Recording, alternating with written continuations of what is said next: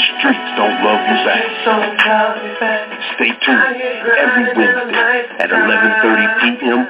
Eastern Standard Time, 8:30 Pacific, with your hosts, Boyd and Lucinda, for the hottest talk show in existence. The streets don't love you back. I gotta do right before they call me home. Good evening, and welcome to the Streets Don't Love You Back radio show. I'm your host, Lucinda, with my co-host, Boyd, and our topic is, as always, the streets don't love you back. Join us every Wednesday night with real people, real stories, and real changes, as we hear the truth about gangs, drugs, violence, abuse, and other life issues. We have a great show for you tonight, so stay tuned in to the hottest radio show worldwide.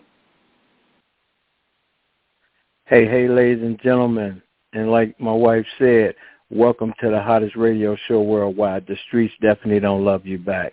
Today we got a great show with Miss Merlin, and before we bring Miss Merlin on to formally introduce herself, she requested that we play a commercial for her. So we're going to get into this commercial before we get into her interview. And here you go right here. Free Sal, free Sal, free Sal, free Sal, free Sal, free Sal, free Sal. No one should be sentenced to 195 years in prison for money laundering. 195 years does not fix the crime or the problem. He has already been in prison for 20 years, and that's more than enough time to learn your lesson. Hashtag Free Salvador Magluta. Money laundering is a serious crime under federal law. A violation of 18 U.S.C.1956 can result in a sentence of up to 20 years in prison, not 195 years. Free Sal. Free Sal, free Sal, free Sal, free Sal, free Sal, free Sal, free Sal, free Sal. All right, ladies and gentlemen, without further ado, we're going to bring Miss Merlin on, and she's going to formally introduce herself. Hello, everybody. Right, hello, Merlin, Rob and Lucinda. Hi, Marilyn. Hi, how are you? Good. Welcome. Welcome We're to the doing show. great. Thank you. It's an honor to be here. I'm here to tell my story in hopes that I can help others like Sal Magluta that have been unjustly sentenced. So what I'd like to say is, let's free Sal. Absolutely. All right, So, then. Marilyn. So we're going to... Go ahead, babe. So we're going to get right into it, Miss Merlin, and we want to ask you, how did you get involved in the drug life with Sal? That was, actually it was a favor how I got involved with Sal. I've known him since I was 15 years old. And it's been 40 years now that, we're together on and off, for reasons. But I just like to say that if I tell you a little bit of my story, maybe you'll understand better.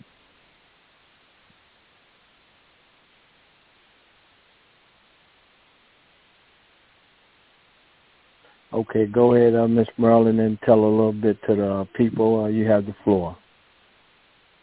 Thank you. Thank you, Rob and Lucinda.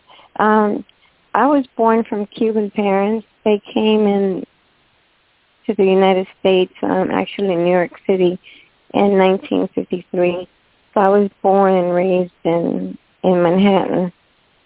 We were poor, and we struggled. There were 4 kids, and Dad and Mom did all they could, to raise us, but we were poor. At 15, when I was 15, my parents decided to move to Miami. when I was in Miami, I needed a job. I had no money, and my parents didn't have much either. So I went to work at a bakery, and then it was called Three Little Bakers. But at that time, the first day I walked into work, it was 6 o'clock in the morning. That's the time that the bread comes out. And I met Sal because it was his parents' bakery. And we've been ever since then together for 40 years, on and off.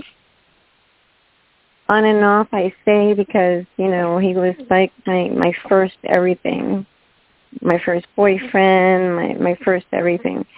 But I found out that he was dating other girls and that he came to me and told me this, that he had gotten a girl pregnant and he didn't want to get married and he didn't want to have kids.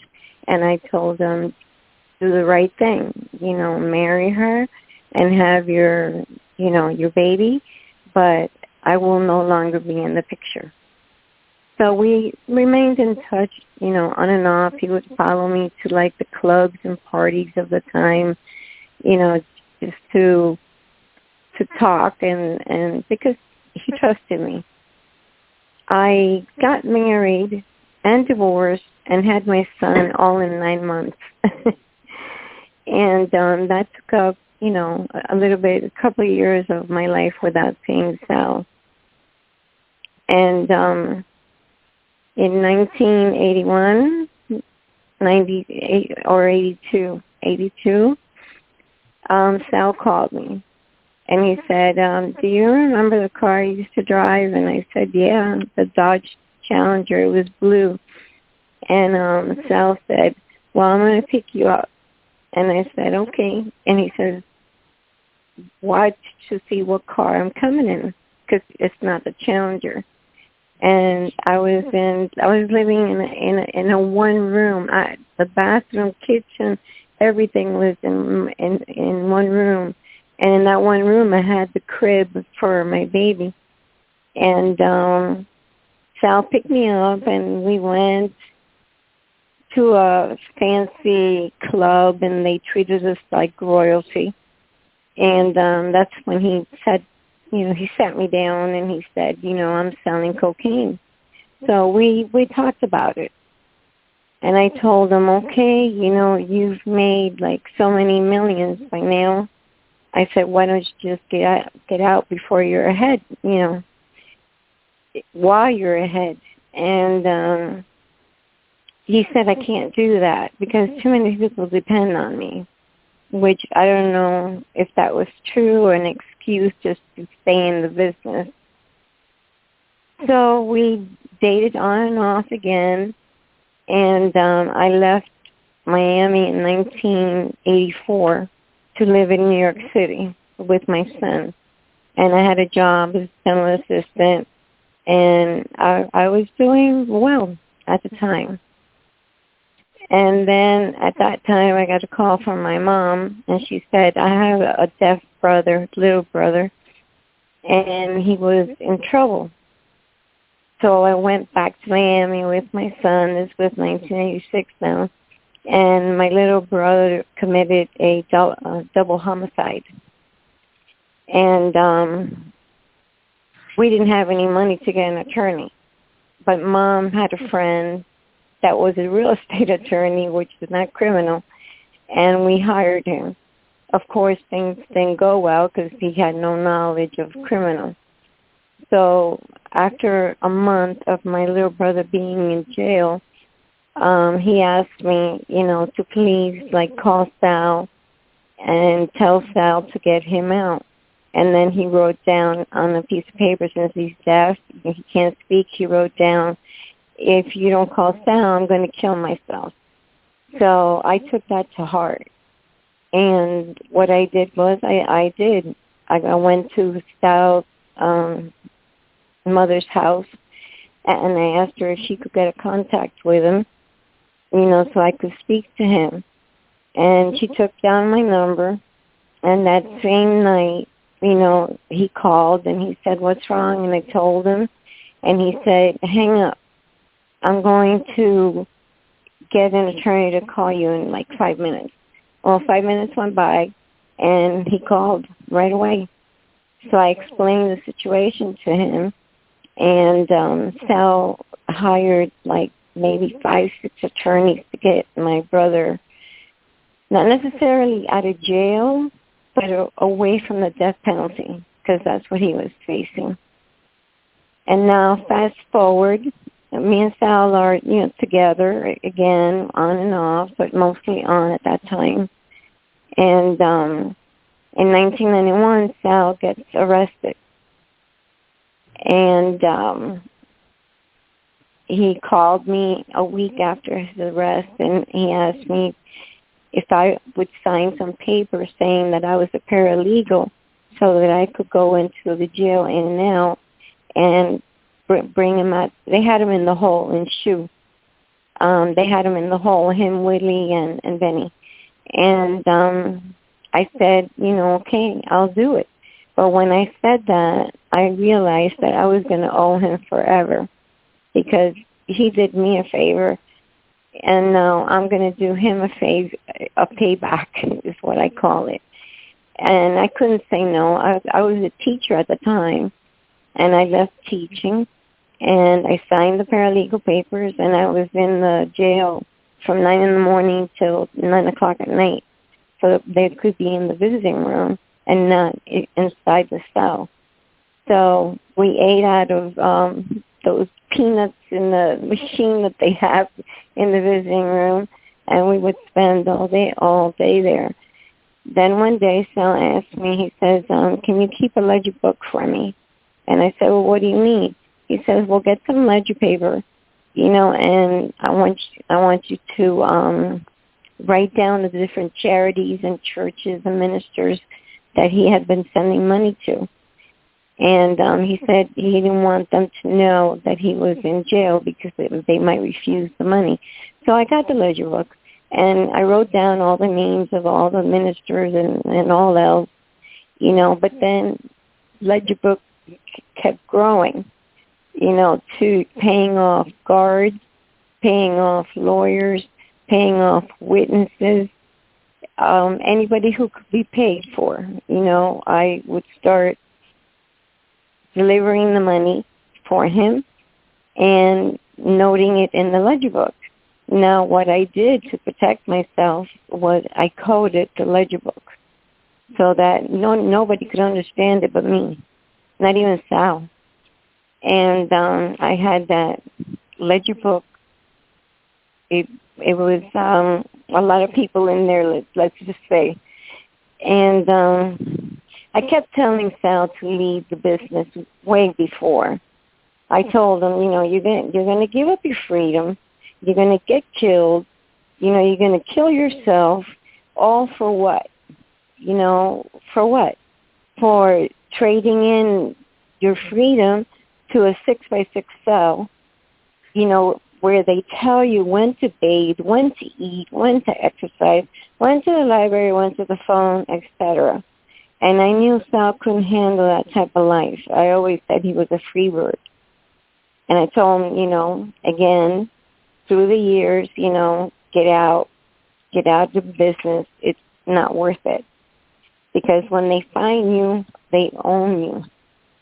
And that's exactly what happened. Fast forward to 1996, I had the ledger book on me. Sal was out because of his first trial. He had bribed the jurors, and he got out for a couple of years before he went back in. But during that time, there was a false arrest on me because they had my phone wired, and they knew that I had the ledger book on me. So they pulled me over, and I saw 1 cop car, 2, 3, 4, and then I said, something's wrong. There's 6 cop cars behind me, and I'm not doing anything. And it was pouring rain, so I wasn't speeding or doing anything. But they seized the ledger book, and when they seized it, I became a fugitive. I went to live in the mountains, in the Adirondack Mountains in New York. I lived there for a couple of years, and then in 1998, the FBI finally found me and arrested me and said that I was facing 205 years. So I had decided before they even came, because those 2 years in the mountains alone with my 2 dogs made me think, when they come for me, what am I going to do? And I decided that I was going to cooperate. It was just a matter of time before they came. And they arrested me, and I spent a year with the FBI in a safe house being debriefed. Debriefed mostly because the ledger book was coded. Even though they had the ledger book, they couldn't tell what was in it.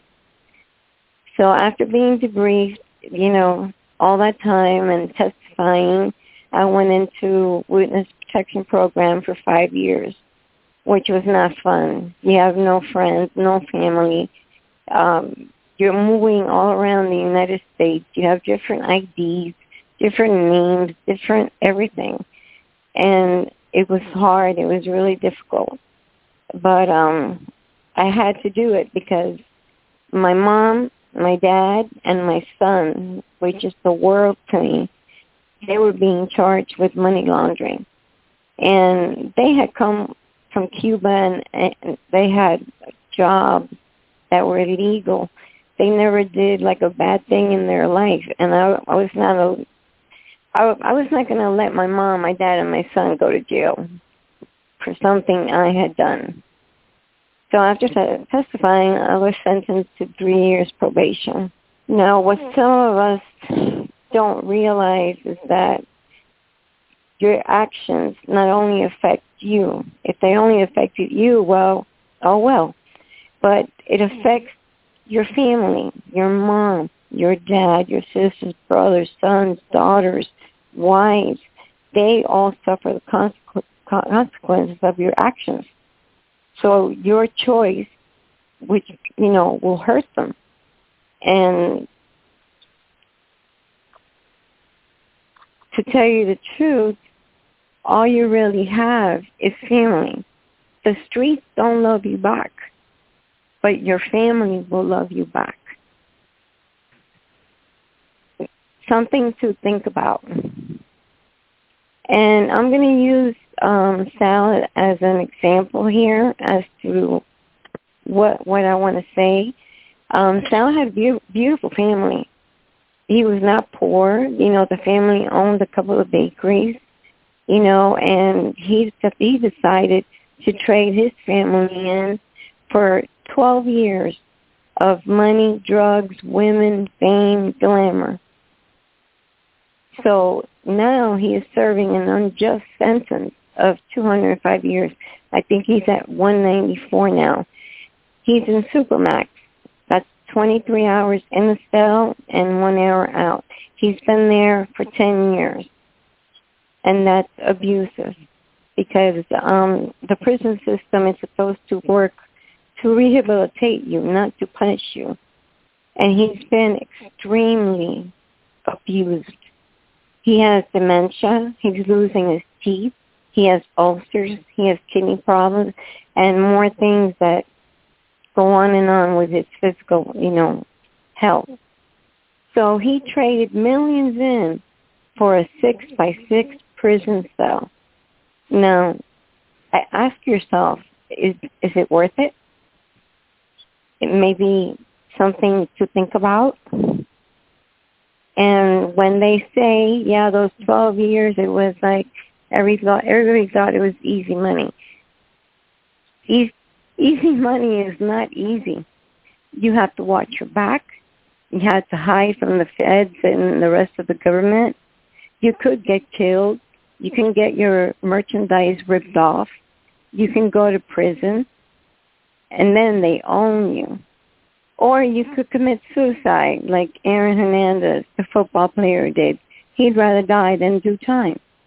So those are your choices. And they have huge consequences. And I'm here to say you don't need to go to college. You can learn a trade. You can be a manager. I was a manager at Home Depot. I mean, you can do something that is not illegal, because once they get you, you're done. You're done. I met a young man when I was in prison. I'll call him Tinky. He was 20 years old. He had 6 kids, and he got caught with a tiny bit of crack while they gave him life. And between me and Sal, we paid for an attorney for him. Well, Sal's money, but my actions, to see if they could get him out. And couldn't do it. And I couldn't believe that they could do things like that, like give you a sentence which doesn't match the crime. And just because you do a bad thing doesn't make you a bad person. I mean, Tanky, again, I'm going to refer to him. He was a wonderful father, a wonderful son. I met his mother, and he decided to take that road, and he's still in prison. So to recoup everything, get back on. What I would say is, if you do something and it's the wrong thing to do, you got to stop, recoup, and get back on track. Believe me, I'm no angel. I've had my share of mistakes and things that my action caused a lot of bad consequences. So I'm not talking off the top of my head. I've actually been through it. Maybe I didn't do time in jail, but I lived like I was in jail. Moving from place to place and different names. I still to this day feel like a prisoner. And remember, the streets don't love you back, but your family loves you back. And I like to say some words to Sal if he's listening or he gets to listen, which I don't think can happen. But I want to tell him to keep the faith. He's a very faithful person, and I want him to keep hope. I'm sorry, that was thunder here in Florida. Sorry. And I felt like it hit my head. But anyway, your family is fighting really, really hard for, your release, meaning Sal Magluta's release. They're doing everything they can, to get him out and free Sal. Let's free Sal. Help is on the way. I missed him reading the Bible to me. I missed his calls and his emails. I'm sorry for what they're doing to him.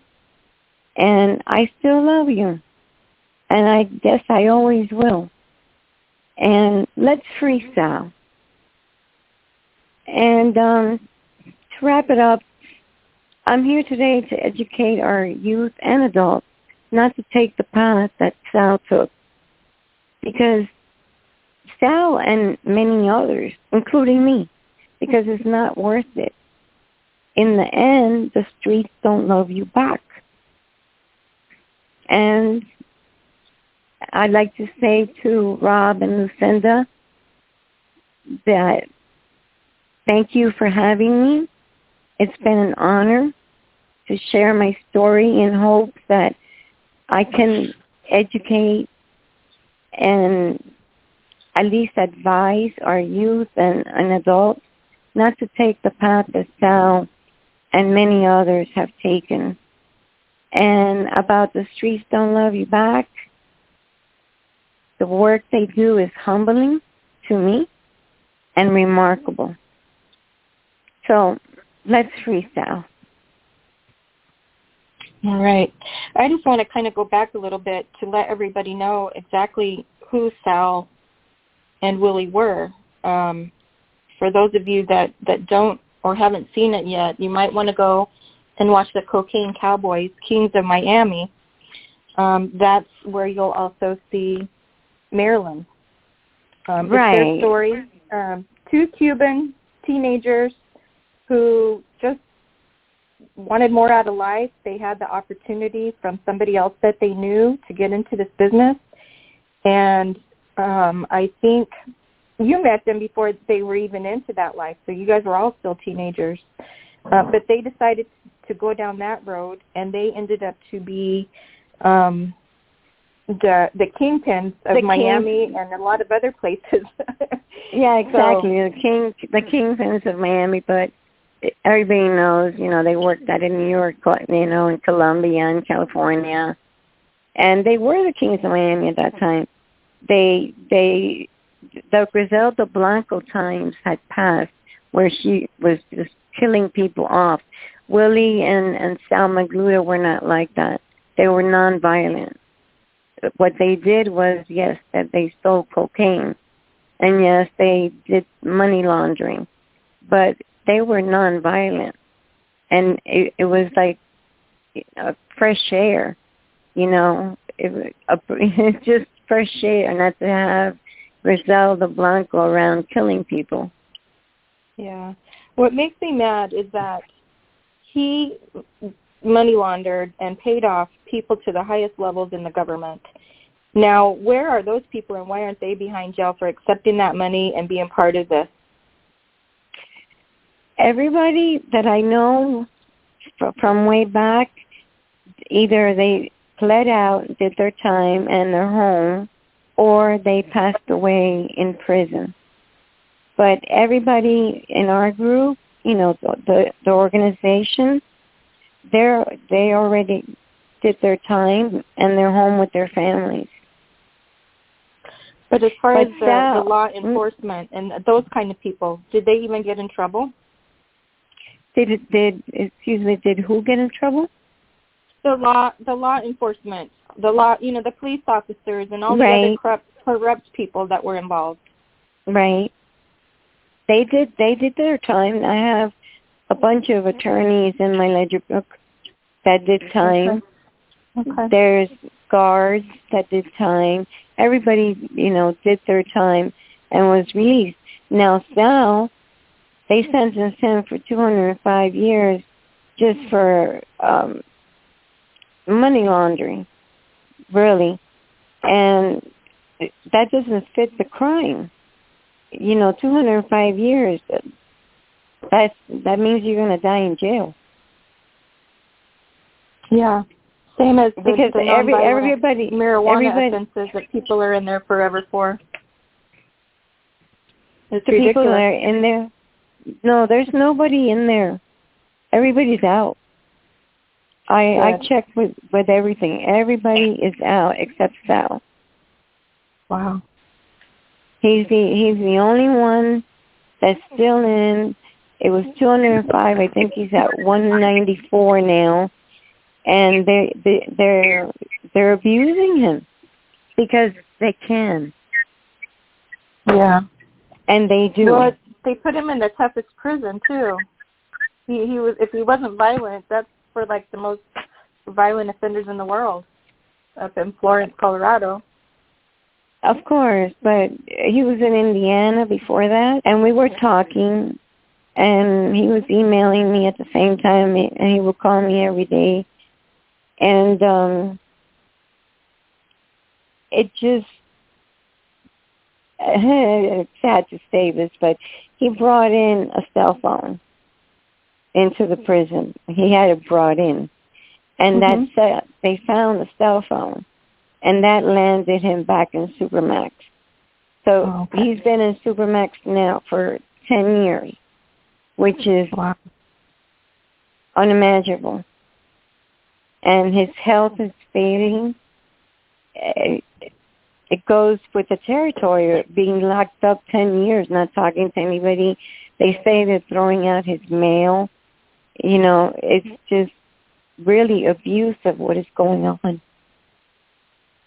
Yeah, I can't imagine being in a little cell like that and not being able to speak to anybody or see anybody or, it's hard time. It's long, really. Anything over, they say 10 days is in solitary confinement is inhumane. So you can imagine 10 years. And he's been in for 25 now. 10 in Supermax, but he did those 5 years where I was visiting him to pull him out. He was in special housing unit in the hole. He was there for 5 years, but he wasn't really in the cell because I would pull him out every day. So they got to go to the visiting room and not be in the cell. Had that not happened, he would have been in the hole 5 years. So 10, in Supermax, and then another 5, in the hole. It's punishment, and it's not supposed to be punishment. Prison was designed to rehabilitate, not to punish. Right. And that's where we are now. Yeah. So let's free Sal. Absolutely. We'll do what we can to help spread that message. I have a question. For a period of time, you were going through depression and various things. When was that? When did most of that occur? At what point? And was it because you felt in that life you couldn't do certain things, or was it after all of this happened, or kind of what led into all that depression? No, my depression started when I was only 7 years old. I don't like to repeat this, but I want people to understand. My older brother molested and raped me when I was 7 to I was 12. And after that, I fell into a huge depression, which I still fight nowadays. I get it. I understand, because I was sexually abused as a young girl, and it has a lot to do with the way you live your life after that. And as a teenager, I turned to alcohol and did, a lot of other things I shouldn't do. But, I was always looking for a way out, and I get it. I totally get it. Right. So that's another part of our message. Is for those kids that have gone through something like that to reach out to somebody. Back when we were young like that, you didn't tell anybody anything. No, I didn't tell it. It wasn't talked about. I told my mom when I was 40 years old. See? How many years was that? 30? Yeah. So, we didn't talk about things like that when we were little. You just didn't. And it's unfortunate. No. It is. That's one of my missions, too, is to educate girls and boys who have gone through something like that. It's not just girls, it's boys, too.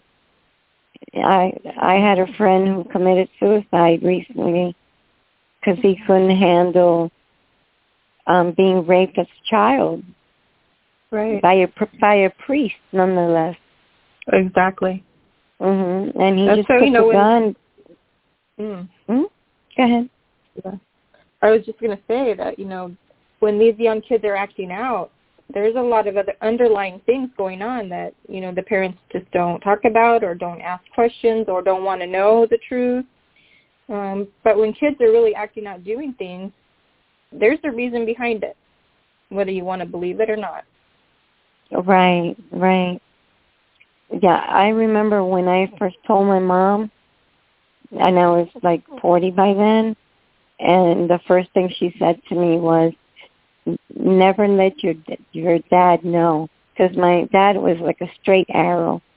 And that kind of like hurt my feelings, because I expected something like, oh, I'm so sorry, where was I? Why didn't I see it?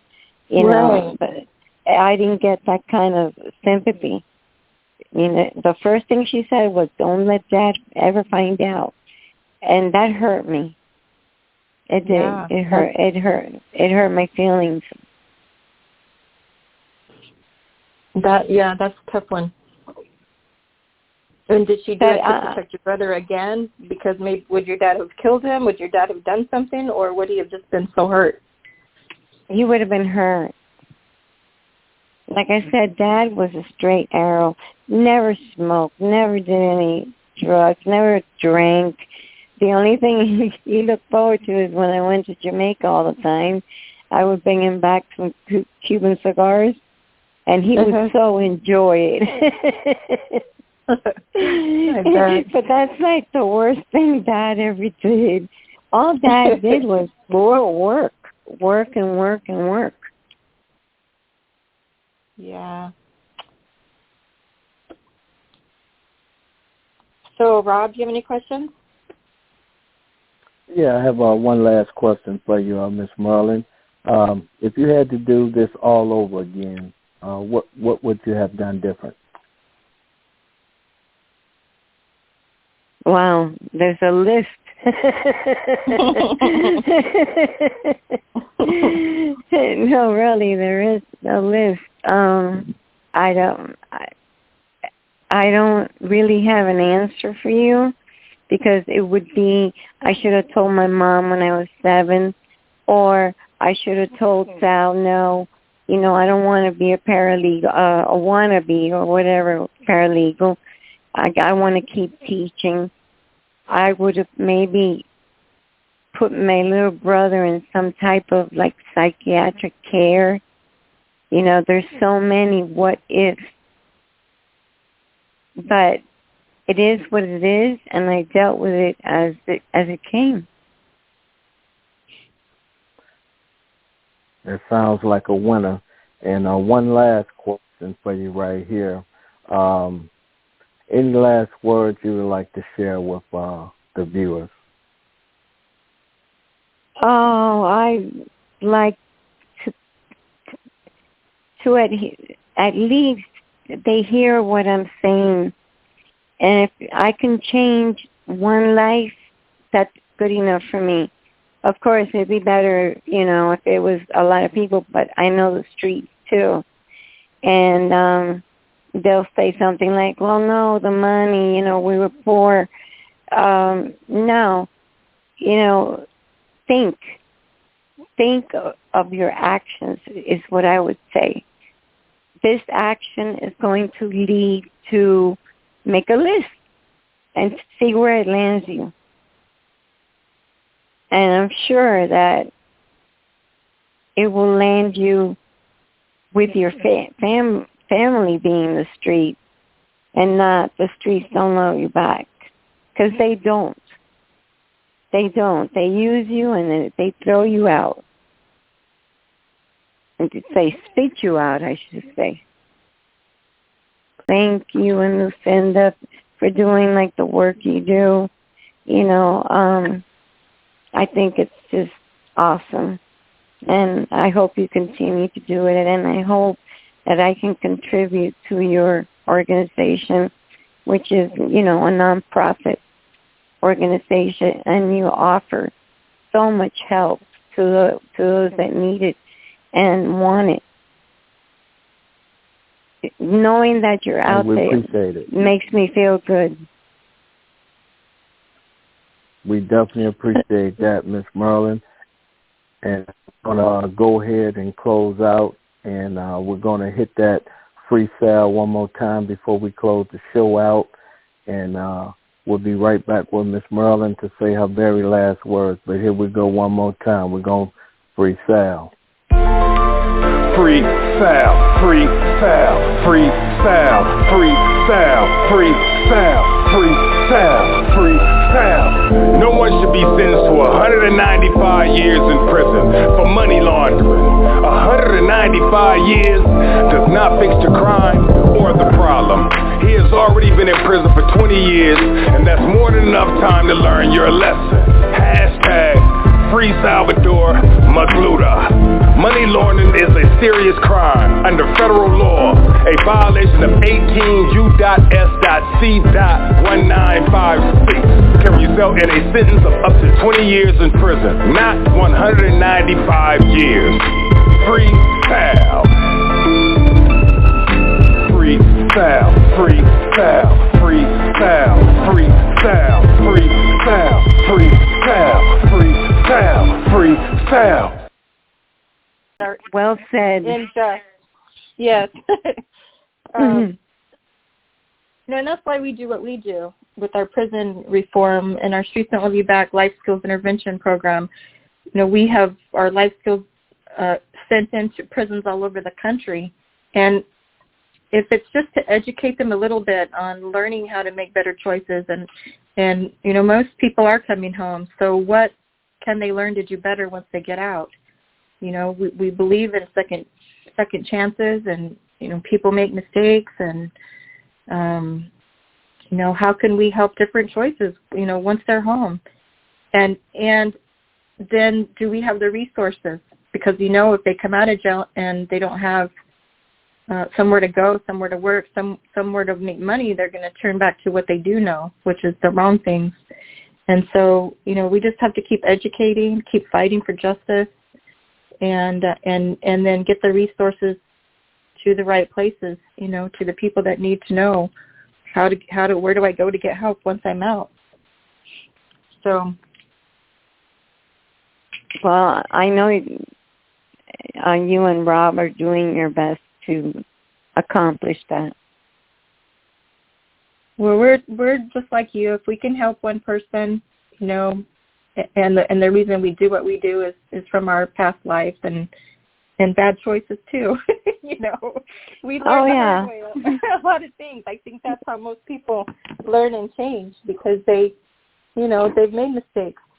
So there's nobody perfect, and we all make mistakes, and we just have to now choose to do different, choose to make the right decisions and the right choices, and continue to help people. That's what the Streets Don't Love You Back come in. Absolutely. Absolutely. I'm so proud of you and Rob doing this. I don't know if I could have put this whole thing together, Well, we're grateful that you, came to our show to share your life and your story, and we'll definitely help push your message out there. And once this show is done, there's a link that can be shared to any social media, so we can keep, sharing your message, sharing that the streets don't love you back, and free Sal and everyone else that's unjustly incarcerated. It's the rules and the laws need to be changed. Exactly. Those would be my last words. Yeah, Rob, are you there? I think you're muted. That sounds like a winner. I'm right here on deck. And once again, it was an honor to have you on the show, Miss Merlin. And thank you for, being a part of the Streets Don't Love You Back organization now, educating others against that lifestyle. So we want to thank you once again for that. And we'll send the link to you once the podcast is over with. You can re-listen to it, and you can share it any way you would like to share it around the world. And once again, thank you. Thank you also. This means a lot to me. You got it. Anything you need, let us know. If we can help, we will. The Streets Don't Love You Back. Sounds like a winner. God bless. Take care. I really wanted that to be my last word because it's so true. So true. Okay, true. Much love. Okay. Thank you. We'll talk to you soon. Okay, talk soon. Goodbye. Have a great night. Bye-bye. Thank you. Bye. You're welcome.